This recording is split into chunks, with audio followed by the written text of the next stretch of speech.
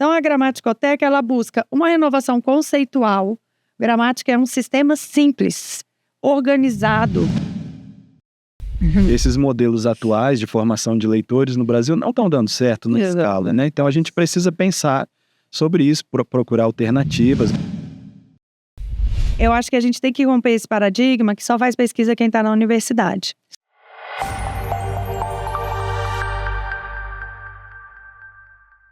Olá, sejam muito bem-vindos ao nosso videocast Pode Ler na Escola, um projeto do Grupo de Pesquisa Literatura e Modernidade Periférica e da Rede de Pesquisa Gramaticoteca Brasil, da Universidade de Brasília. O podcast é voltado para o trabalho com literatura em sala de aula.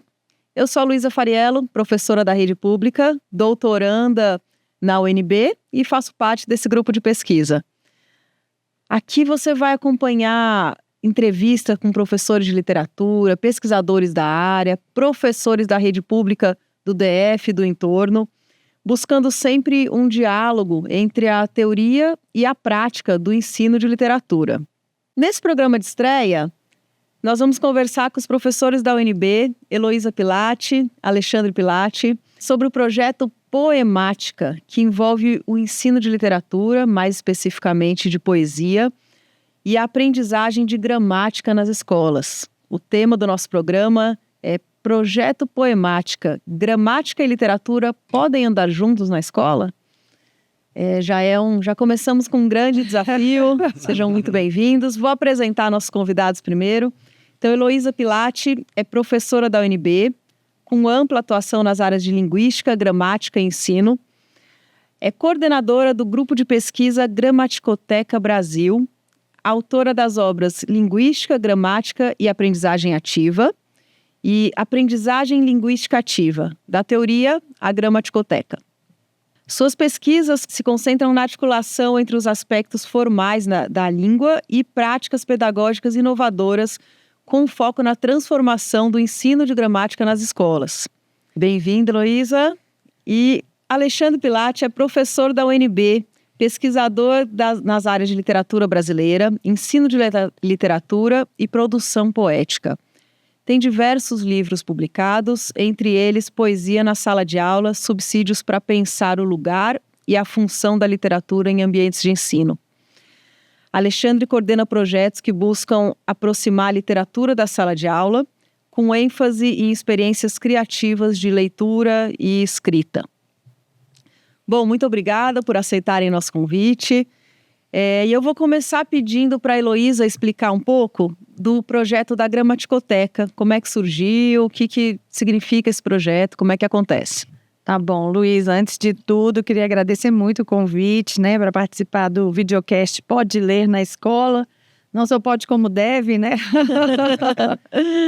E eu queria agradecer, então, muito o convite para estar aqui, para falar um pouquinho da Gramaticoteca e da Poemática, Poesia e Gramática, né, que é um casamento aí que a gente quer fazer e também valorizar na escola. Mas falando um pouquinho da Gramaticoteca, eu sou professora da UNB, né? Sou formada em Linguística, mestrado, doutorado.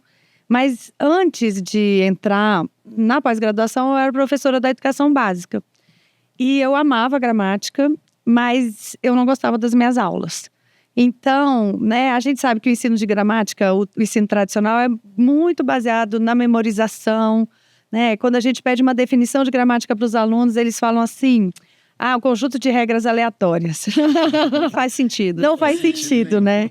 E o ensino tradicional de gramática, realmente, ele é baseado nessa ideia que parece aleatória, da gramática ser aleatória, e na memorização de regras, distante da leitura e da escrita, o que dizer da poesia, né? Então, parecem ser mundos completamente distintos.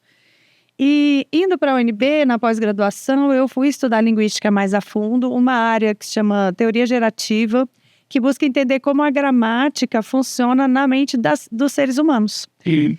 E eu aprendi nesses anos de mestrado e doutorado que a tradição, né, da gramática vem de 2000 anos antes de Cristo, mas que a ciência linguística evoluiu mais, né? Nesses 2025 anos, né? As gramáticas são de antes de Cristo, então, até, né? E o que a ciência contemporânea mostra pra gente é que, na verdade, a gramática que funciona na nossa mente é uma estrutura muito simples, né? É um sistema muito organizado, nada aleatório, e que você pode explicitar esse sistema, organizar. E aí aquele ensino que parece aleatório, que parece um conjunto de regras, com a memorização infinita, que não tem como, né, a gente memorizar, pode ser muito mais simples. E é por isso que as crianças aprendem, porque elas captam a simplicidade desse sistema.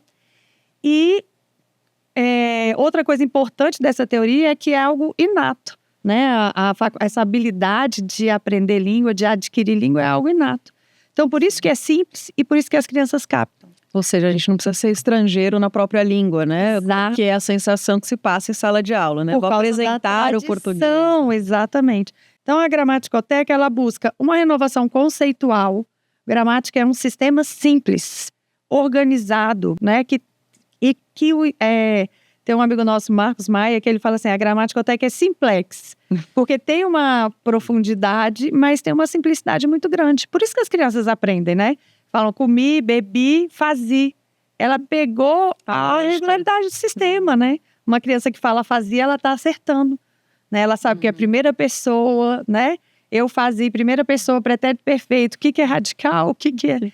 Então, é uma coisa que pode ser mais simples, mais intuitiva e que sim, o ensino de gramática, que é a matéria-prima da leitura e da escrita, né, pode dar as mãos. Então, a gente, na Gramaticoteca, busca uma renovação conceitual no que é gramática e como ela pode ser ensinada, e uma renovação metodológica, né? Porque, apesar desse sistema ser simples, ele é um sistema abstrato. E aí a gente fala que o contrário a gente demorou muitos anos para aprender, talvez 2025, não, ou 2017, para aprender que o contrário de abstrato é concreto. Então, a Gramaticoteca junta essas coisas. Material concreto, né? Que eu falar desse sistema, por exemplo, sujeito, verbo, objeto, ainda é abstrato para os alunos. Mas quando você mostra um material concreto, esse aqui é o sistema do português. Então, tudo que era memorização, regras e uma aparência de aleatoriedade faz um sentido organizado, explícito e concreto, que o aluno pode manipular. Sim. Então, de forma bem resumida, a Gramaticoteca é isso. É esse projeto que busca renovar conceitualmente e metodologicamente o ensino de línguas e vira lúdico, né? Um laboratório, né? Aí, quando a gente mistura as cores, o material, dá para fazer uma série de padrões, identificar padrões, jogar com ordem, com significado, muda o verbo, mas tudo na palma da mão do estudante. E fica muito mais agradável, né? Assim, para todas as idades, né? Para fazer, pensar a gramática pegando nela é uma outra experiência. Dá significado, contextualiza e mostra que, na verdade, é bem mais simples do que a tradição tem apontado pra gente. Exato. Eu acho que é um respeito também com o falante, né? Assim, não é que você não sabe nada, você sabe. Não. Só... Esse é um ponto, assim, essencial que a gente pode discutir, que é um dos maiores objetivos da Gramaticoteca, é reverter essa baixa autoestima linguística. Né? Porque enquanto você tem 200 regras, você tem a certeza que ou você não sabe ou que você nunca vai entender. Sim. Quando você mostra que é um sistema simples, até manipulável, né? Que é só você entender o que está em jogo ali e tudo fica na palma da sua mão. A pessoa se apropria, né? Tem condições de se apropriar e de reverter essa baixa autoestima. Eu acho que assim, a maior missão da Gramaticoteca e todo o nosso trabalho é falar para os estudantes e todos os brasileiros, assim, não tem ninguém neste mundo que saiba mais português brasileiro do que nós. Então, a língua é nossa e olha como é simples, né? Simplex, no caso. Perfeito. E aí, pegando o gancho aqui dos projetos inovadores, queria que o Alexandre me contasse um pouco o que é o Poemática, né? E como que surgiu essa ideia? Acho que veio depois da Gramaticoteca, não sei. Na verdade, Luísa, bom, primeiro, obrigado pelo convite, excelente estar aqui, excelente ideia esse podcast. Na verdade, assim, a gente pode entender que a poemática é talvez assim, uma expressão desse conceito, né, das ideias gerais desse projeto, de uma maneira, vamos dizer assim, aplicada ou voltada de uma maneira mais específica para os textos literários, né? Uma abordagem mais específica dos textos literários. A gente entendia, né, isso, e aí tudo foi surgindo mais ou menos ao mesmo tempo, né?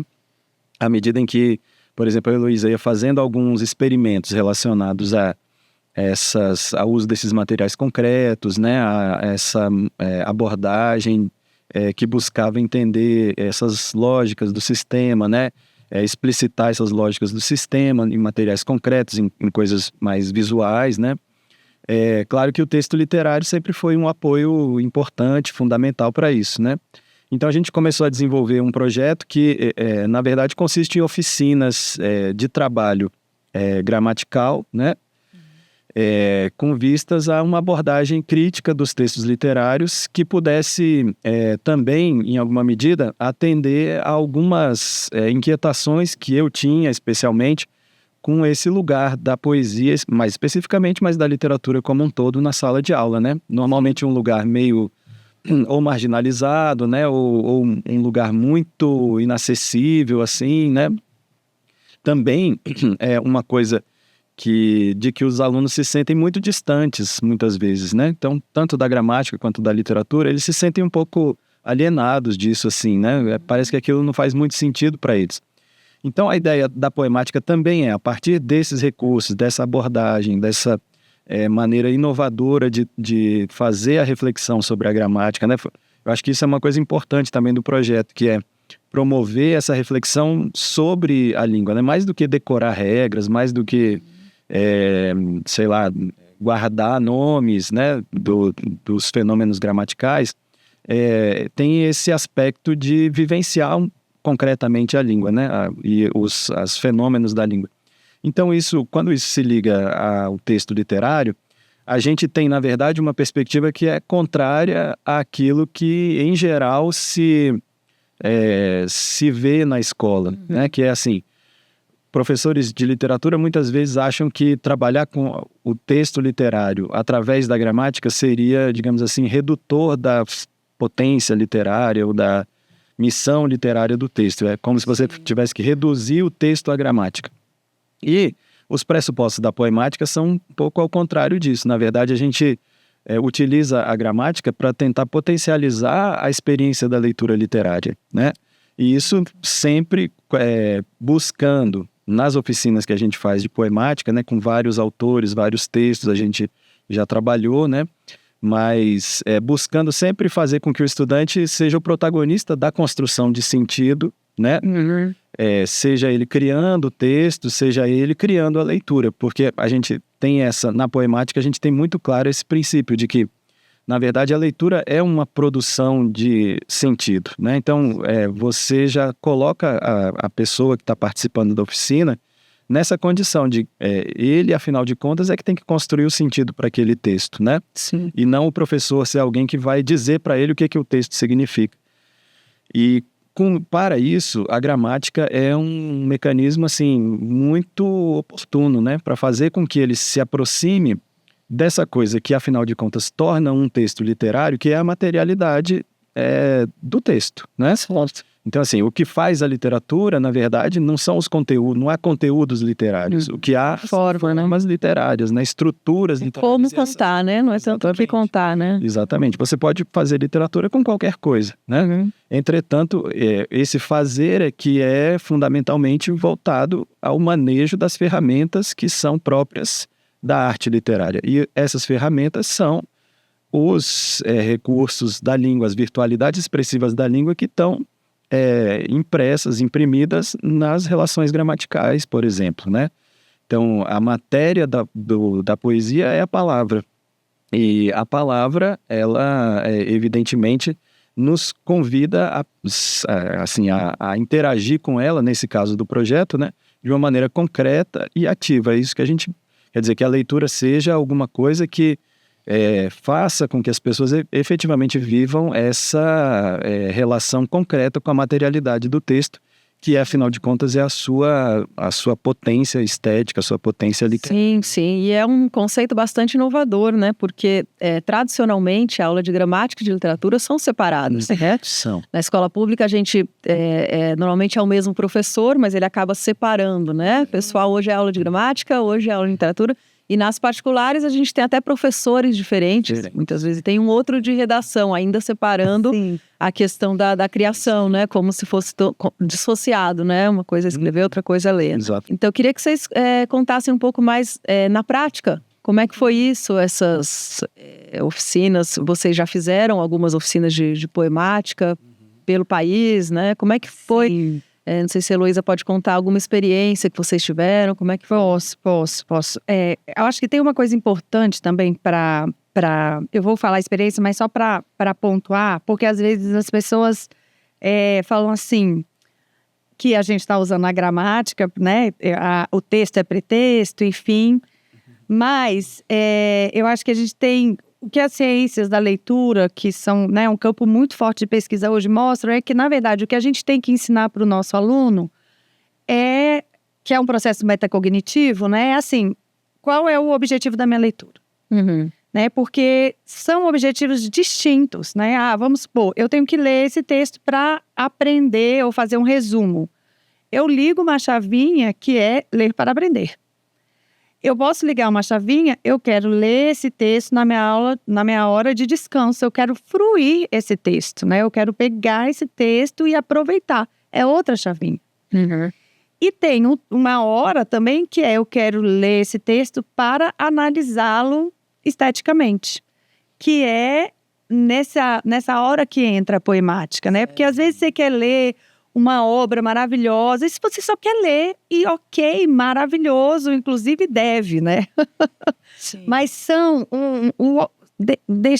preparar o leitor para o objetivo da leitura é um passo zero muito importante, porque aí você não vai confundir, né? Então, assim, existe leitura por prazer, né? Eu sou da gramática. Quando eu tô lendo por prazer... Não tá pensando ali classificando substantivo ali. Não tô fazendo análise sintática, né? Quando eu tô lendo para estudar, é uma outra leitura, né? Que primeiro você tem técnicas, inclusive, para cada etapa. E a leitura na poemática, então é uma leitura técnica. Você vai olhar um quadro, você pode aproveitar aquela experiência, mas você pode analisar perspectiva, profundidade, né? As cores. Então, a gramática funciona muito como uma chave para analisar e ver a beleza do texto literário, mas entendendo como ele usou a perspectiva, as cores, a profundidade. Então, que técnicas ele usou usando esse sistema linguístico. O Saramago não usava pontuação, né? O outro... em Vidas Secas não tem adjetivo. Então, assim, são usos estéticos. Então, a gramática é uma ferramenta para você ter mais critério para quando você for analisar um poema. Por que um autor é um grande autor e um outro não é tão exponencial assim? Que critérios se utilizaram de criatividade e tal? Então, a poemática entra como essa ajuda, porque a matéria-prima é a palavra e a gramática. Sim, né? É o uso do sistema linguístico. Né? Então, se é primeira pessoa, se é terceira pessoa, isso é relevante no texto literário. Claro. Então, não é texto como pretexto, é uma ferramenta técnica de aprofundamento e de um olhar criterioso para a poesia, né? E a poesia favorece demais, né? Não que um texto em prosa não seja poético, né? Sim. Mas os recursos estão mais à mostra ali, né? Estão mais evidentes porque ela se sustenta naquilo, né? Exato. Acho que é E nas nossas práticas, mas assim, tem coisas que eu aprendi com o Alexandre. Porque eu, como estudei mais gramática, eu achava, por exemplo, eu falava assim, para você ser um grande poeta, né? O Alexandre falava, não, todo mundo pode fazer poesia. Até eu achava que eu também não podia. Exato, mas isso... E aí, indo para a prática, por exemplo, a gente fez uma poemática, mais recente na escola foi na Escola dos Sonhos em Bananeiras, que é uma escola revolucionária. E aí eu fiz uma prática que a gente fez também no Museu da Manhã, que era levar um conjunto de poemas para os alunos lerem, analisarem e depois recriarem, entendendo qual foi o mecanismo que foi usado ali. E aí eles faziam a versão deles com base no poema. Essa que a gente fez era crianças do 6º ano, era uma poesia sobre a mãe, e elas tinham que recriar falando da mãe delas, usando as mesmas estratégias. Que bonito. Qual é a faixa etária? Dessa vez, elas eram de... Não, era menos. 6º ano. Certo, uns 12. E aí, quando essas meninas, elas leram o poema, amaram. Aí, quando eu falei, agora fala da sua mãe usando a mesma estrutura, né? Usando os mesmos recursos. E elas fizeram o poema delas. E teve uma etapa Foi a também coisa que mais elas desmontaram o poema usando esses materiais aqui, né? Isso. Primeiro elas desmontaram, entenderam e aplicaram a técnica. Então, e aí o poema da mãe... Aí elas liam o poema para a escola inteira, porque elas, nesse percurso, entenderam várias coisas, né? Como era usar a língua esteticamente, que efeito isso dava, e como era quando elas colocavam a parte autoral delas. E, nossa, foi sem precisar nomear necessariamente também, né? Isso é... E o empoderamento oração dela. Nada. Porque a gente tem essa gramática, né? Então, às vezes, é muito intuitivo. Quando você tem um material concreto, então... Foi a coisa mais linda. E é muito importante, assim, isso que você falou de... primeiro que você até brincou, achava que a poesia era muito distante e o que essas meninas de 11, 12 anos fizeram, né, de recriar. E aí é até uma coisa que o Alexandre aborda no livro dele, do Poesia em Sala de Aula, que é esse lugar da poesia. Não só na escola, mas na sociedade em geral. Que ou ela é meio que endeusada, né? Então inacessível, é uma coisa para poucos, é uma coisa até meio elitizada, talvez. Ou então ela é inútil. Não serve para nada. Para que eu vou... enfim, e aí isso dificulta, né? Em sala de aula, esse trabalho. Então, eu queria que você falasse um pouco como que é essa... Como que deve ser essa leitura... que seja crítica, consciente, mas também ativa, como a Heloísa estava dizendo, né? Ou seja, que você reflita produzindo, né? Que você possa se empoderar para você, para usar essa palavra da moda, né? Você possa se empoderar ali para você fazer ali no seu próprio texto também uma reflexão, né? Exatamente. Primeiro, assim, eu acho que tem um princípio que é muito importante e que acho que também conversa, por isso que tem tanta afinidade, né? O meu projeto sobre leitura na sala de poesia ou de literatura na sala de aula e a poemática, porque eu acho que tem alguns princípios em que a gente concorda muito e são fundamentais, assim, para o método que a gente busca desenvolver, ou pelo menos, assim, como que a gente pode sugerir para as pessoas levarem isso para a sala de aula de uma maneira mais tranquila, talvez, mais natural, mas também, assim, ao mesmo tempo, mais consciente também, né? Assim, para não ser uma coisa que repita um modelo que, na verdade, sejamos sinceros, né, não está dando certo. Esses modelos atuais de formação de leitores no Brasil não estão dando certo na escala, né? Então, a gente precisa pensar sobre isso, procurar alternativas, acho que isso é muito importante. Mas acho que um princípio fundamental, assim, que a gente partilha é esse, que, por exemplo, a Heloísa falou aqui que é essa coisa do sujeito, da pessoa já saber gramática, né? Sim. Eu acho que é importante a gente entender que, assim como fala, e aí eu acho que essa é uma referência importante que é preciso fazer nesse caso, que é o Antônio Cândido, né? O Antônio Cândido fala no Direito à Literatura que a poesia faz parte do cotidiano, a literatura faz parte do cotidiano. Esse desejo de sonho, de ficção, ele faz parte do nosso cotidiano. Então ele não é uma coisa estranha às pessoas, né?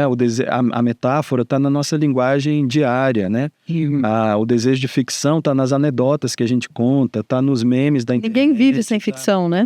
Ninguém vive sem ficção e sem inventar coisas sobre a própria língua, né? E a poesia é isso, no final das contas, é alguém estar dedicado a trabalhar invenções sobre a língua para tentar ressignificar ou significar novas coisas. Mas isso a gente faz todos os dias, né? No livro O Estudo Analítico do Poema, o Cândido fala isso. Ele fala muito claramente, quer dizer, essas coisas elas estão na linguagem. Só que a poesia vai procurar explorar essas potencialidades no máximo grau. Então, qualquer um pode pegar o poema, decompor a sua estrutura e tentar refazer isso, né? E também isso é o que o Antônio Cândido fala em alguns dos seus textos, assim, né? Quer dizer, a leitura do poema passa por essa decomposição do que está composto pelo poeta, né? Da decomposição da sua estrutura. E isso faz parte de uma leitura tanto analítica quanto de fruição, porque faz parte da fruição atribuir sentido às coisas, descobrir sentidos, né? Ou então se deparar com sentidos, às vezes, nebulosos. A gente também tem que estar preparado. Essa é uma coisa interessante da poesia também.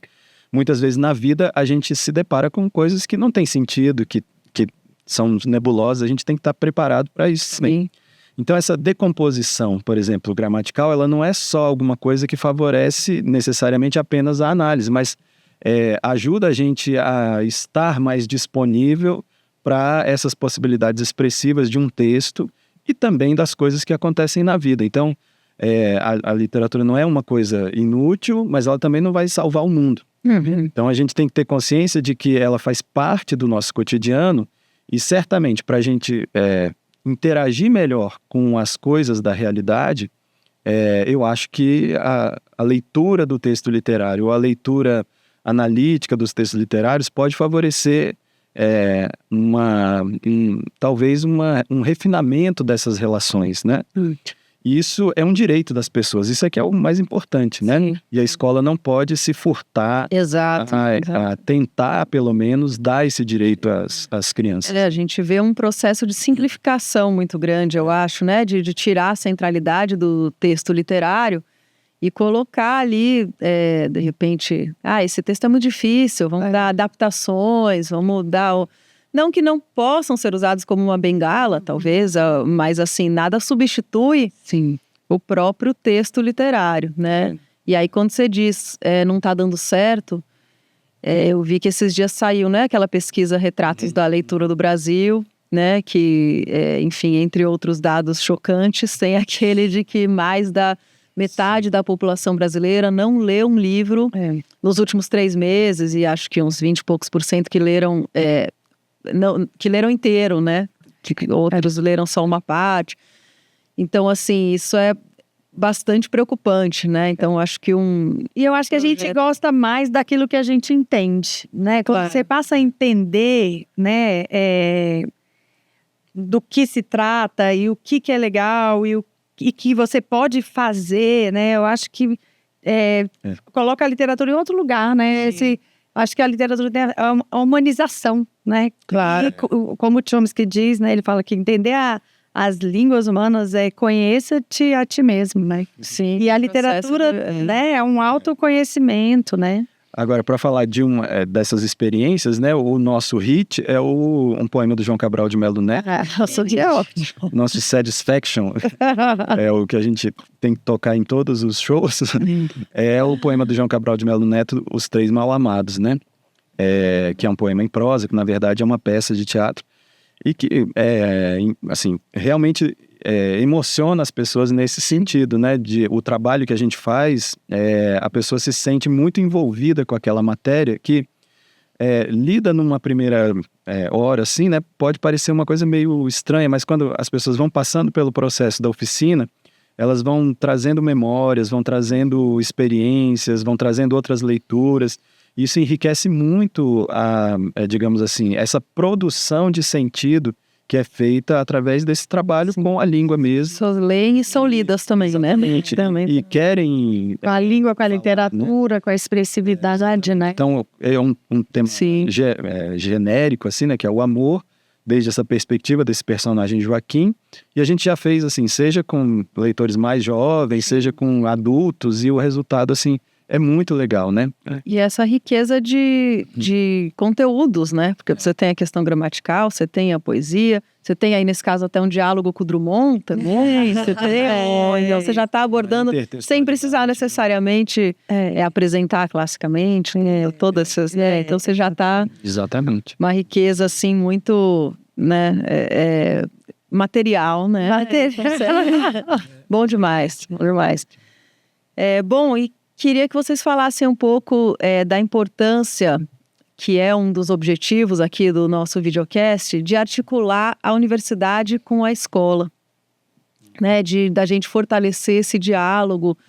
Como é que vocês veem essa questão? Eu fui, nos últimos 5 anos, né, agora eu não estou mais, mas até o ano passado eu era diretora das licenciaturas da UNB. Então foram 5 anos entendendo esse diálogo. E a UNB tem muitos cursos de licenciatura, né, 41 habilitações, 25% dos alunos da UNB são das licenciaturas, então 1/4. E a gente fez, junto com a secretária de Educação, principalmente a secretária Elvia, uma aproximação bastante, e um diálogo bastante rico.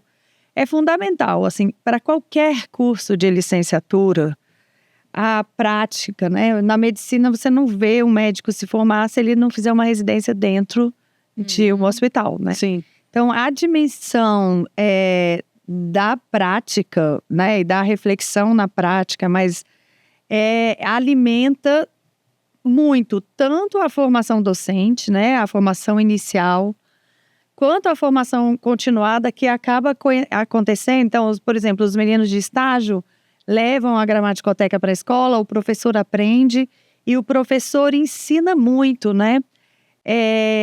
Eu acho que a gente tem que romper esse paradigma que só faz pesquisa quem está na universidade. Sim. Né? O professor, a cada solução que ele encontra ali para os problemas da realidade, ele está fazendo um processo de investigação, de busca de resultados, né? Então, acho que a gente tem que desmistificar isso e unir, porque a gente aprende muito com os professores, né? Que estão lá no dia a dia. Ressignifica muito a pesquisa da universidade, porque você vê quais são os problemas efetivos que têm que ser solucionados, então direciona mais a pesquisa na universidade também. A formação inicial, continuada e a pesquisa, todas são muito enriquecidas quando você tem a escola e a universidade de mãos dadas de forma horizontal, né? Porque está todo mundo aprendendo juntos. Isso eu aprendi muito com os professores da UNB, geralmente tem essa postura de chegar na escola, né? Eles falam a visão colonizadora, mas assim, os professores da UNB, quando eu assumi, eles falaram, aqui não tem visão colonizadora, é a gente junto da escola. E a gente fez um movimento muito interessante, há vários produtos muito interessantes, mas eu vi que foi um processo fundamental para a formação dos alunos, para as pesquisas e para os próprios professores universitários que acabam aprendendo muito, muito, muito com a prática. Na própria gramaticoteca, só para dar um exemplo, como a gente, por exemplo, fez o Gramatique, que é o aplicativo, né? Que é o aplicativo da Gramaticoteca, tem atividades de poesia também, está disponível para baixar para iPhone e para Android. E assim, a gente lançou o aplicativo e depois a gente foi aprender com os professores como eles estavam usando. E as soluções deles são 500 vezes melhores, mais criativas e em lugares e domínios que a gente jamais havia pensado. Né? Então, o que a gente tem aprendido com os professores que estão lá no dia a dia da sala de aula, fazendo pesquisa sim, porque buscando soluções para as mais diversas, né? Então, acho que é uma relação fundamental e que tem que partir dessa perspectiva dialógica, horizontal, porque está todo mundo aprendendo, né? Mas é o único caminho se a gente quiser transformar a educação brasileira. Não, assim, junto com a pesquisa e junto com a escola, nesse diálogo, para buscar as soluções que estão lá no dia a dia, né? A universidade, às vezes, não sabe as demandas. Sim. Né? E os professores ensinam muito a gente, assim, a gente tem aprendido muito, é fundamental. Perfeito, bom que você falou que eu já ia me esquecendo de falar da Gramatiquê. E vai ter a nova versão, né, também, em breve. E está disponível, gratuito. E essa versão atual, ela está disponível, ele é gratuito, só precisa da internet para baixar. Então, os alunos... depois ele fica offline. Ele fica offline, é acessível, dá para passar os leitores, né? Então, essa pessoa não precisa de ouvir para usar. Então, os recursos sonoros você pode ativar ou não, mas eles não são fundamentais. Então, ele tem toda uma preocupação com a acessibilidade. O professor Wilson Veneziano, que é o nosso parceiro na computação, tem todo esse cuidado com a acessibilidade, ensinou muito para a gente. E agora ele vai virar um portal com uma seção de literatura, né? Que vocês até vão nos ajudar a construir. Sim. Mas a diferença da nova versão é que ele vai ser alimentável. Então, porque esse baixou, o que tem tá lá. E agora esse vai ser infinito. Então, assim, eu quero colocar Drummond, eu quero colocar João Cabral, eu quero colocar um poeta português. Ele vai ser uma versão que a gente vai poder alimentar e atualizando. E aí, para todos os professores do Brasil e alunos, principalmente, né? Pode usar em sala de aula ou como um reforço. E de fora também, porque pessoas que ensinam português fora, né? Sim, aí é uma ferramenta... Usam também a ferramenta, né? Ele vai... para incentivo à leitura ou à gramática. Que foi uma coisa que a gente descobriu com os professores. Que assim, por exemplo, Libras, né? Tem o nivelamento de Libras, não é qualquer vocabulário, não é... Tem todo, de acordo com o nível dele no conhecimento, os meninos que usam Libras estão aprendendo português escrito, existe uma especificidade, um nivelamento, então o vocabulário próprio, as estruturas próprias. Então, por sugestões dos professores, essa nova versão vai poder ser adaptada, né? Então, o professor vai poder... Libras, línguas indígenas, olha só. A gente está com uma parceria com o professor Altaci, que ela é da língua Cocama, mas também tem com o professor Leandro, que é Carajá, mas depois ele vai poder ser alimentável. Então, todas as línguas indígenas vão poder entrar. Nossa. E aí vai ser legal também, porque vai ser um material, se quiserem colocar literatura indígena, vai poder colocar na área de literatura que está com vocês aí. Vai ser lançado só em fevereiro. Tem o apoio da FAP-DF. Mas é interessante que é isso. O Gramatiquê tem essa versão atual por causa do diálogo com os professores. As soluções todos os novos recursos, por exemplo, você vai poder projetar as questões e a turma responder. Todos foram os professores falando, não, por que você não faz isso? Por que não faz isso? E a gente foi nesse diálogo aperfeiçoando. Ou seja, esse diálogo é a base mesmo do projeto, não é? É o único caminho, Você quer falar alguma coisa? Não, eu acho que é isso. A perspectiva que tem que se adotar, né, nessa relação é essa perspectiva dialógica. E especialmente, eu acho, no caso da leitura, né, também, porque... Em geral, no caso da literatura, isso é muito forte, né? Assim, eu vejo que os processos de formação de professores, mesmo nos cursos que são nomeados como cursos de licenciatura, o trabalho com a leitura literária, na formação desse professor ou dessa professora jovem, né? Ele muitas vezes não contempla nada de metodologias específicas de ensino da leitura, nada de coisas que tenham a ver, digamos assim, com como levar isso para a sala de aula, né? Uma perspectiva pedagógica ou didática relacionada à leitura em geral e da literatura em particular, né? Quer dizer, essa questão do ensino, ela é fundamental no processo de formação do professor também. Sim. Então, seria ideal que a gente conseguisse ter momentos significativos no processo de formação do professor em que houvesse esse diálogo, né, entre universidade e escola, para que os estudantes, em modo de laboratório, seja dentro da escola, seja dentro da universidade, pudessem vivenciar o melhor desse diálogo entre essas duas partes, né? Afinal de contas, uma das funções da universidade é produzir conhecimento, né? Claro. E esse conhecimento, como dizia o Darcy Ribeiro, não pode ser encastelado. Ele, desde a sua origem, ele precisa ser um conhecimento que faça sentido e que a sociedade participe da produção, da construção desse conhecimento, né? Se aproprie também disso que é um fundamento da universidade, mas que não precisa ser apropriado, restrito a ela e pura e simplesmente, né? Então, acho que a gente ainda tem uma missão assim, muito grande para poder trabalhar com isso. A boa notícia é essa, né? É que, na verdade, tem muito espaço para trabalhar, porque a gente Carência grande também. Exatamente. As iniciativas são muito incipientes. Sim. E o costume da universidade é virar as costas para a sociedade. E não deve ser assim. Claro. A gente, em geral, aprende muito a teoria lá e entra na sala de aula. Jogam você na sala de aula. Você tá ali encarando aqueles 40 meninos, você fala, tá, e agora, né? E por onde eu começo? Ninguém falou para mim que era assim. Perfeito, pessoal. Então, acho que começamos bem. Muito obrigada pela presença. Que esse seja o primeiro de muitos episódios. Então, lembrando que esse podcast vai estar disponível no YouTube, no canal da Gramaticoteca 2.0, também no Spotify.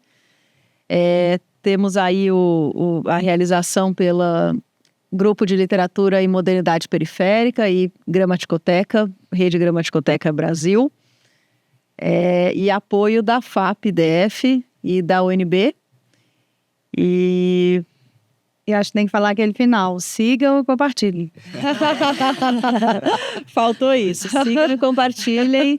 E surgiram temas novos. E a ideia é a gente fazer esse canal mesmo, universidade, escola, e fazer essa teoria ser mais prática aí para todos nós. Obrigada. Obrigada. Obrigado.